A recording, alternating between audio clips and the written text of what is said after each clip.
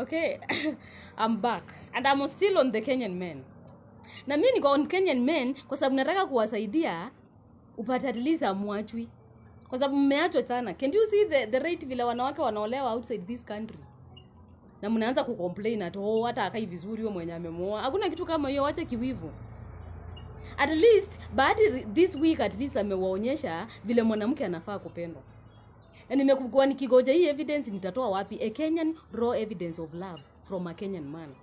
Na at least I'm thanking but so much kwa sababu ameonyesha watu wetu vile mwanamke anafaa kupendwa. And I'm so sure saa hii as we talk, wale wanaume wote walikuwa subscribe basi wa Bahati wote wameunsubscribe. Do you know why? Kwa sababu ya kiwaru, kiwivu. Wanasikia kiwivu. Kenyan men, you want to me you cannot do something of that kind, at least closer to that you can do better.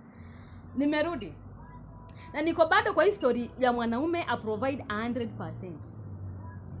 Bibi akuwa na work ama work 100% provide. What is your business in my house if you cannot provide? Ati kwa sababu umelipa rent, ukalipa fee ya watoto, siji ukafanya shopping ya nyumba, ati sasa una expect nikwambie thank you. Thank you for what? For what? You are simply doing what the Lord has asked you to do. You are simply pursuing your responsibility as a man. Sasa unangoja thank you from me. Kwani mimi ni motivational speaker ati nakwambia thank you. Thank you for what?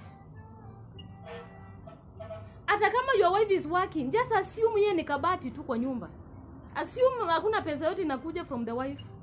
And just provide 100%. Usigoje ati nikwambie thank you. Just do your work. Ulimeza fruit ya nini kama uko unataka kuwork? You can do better, man.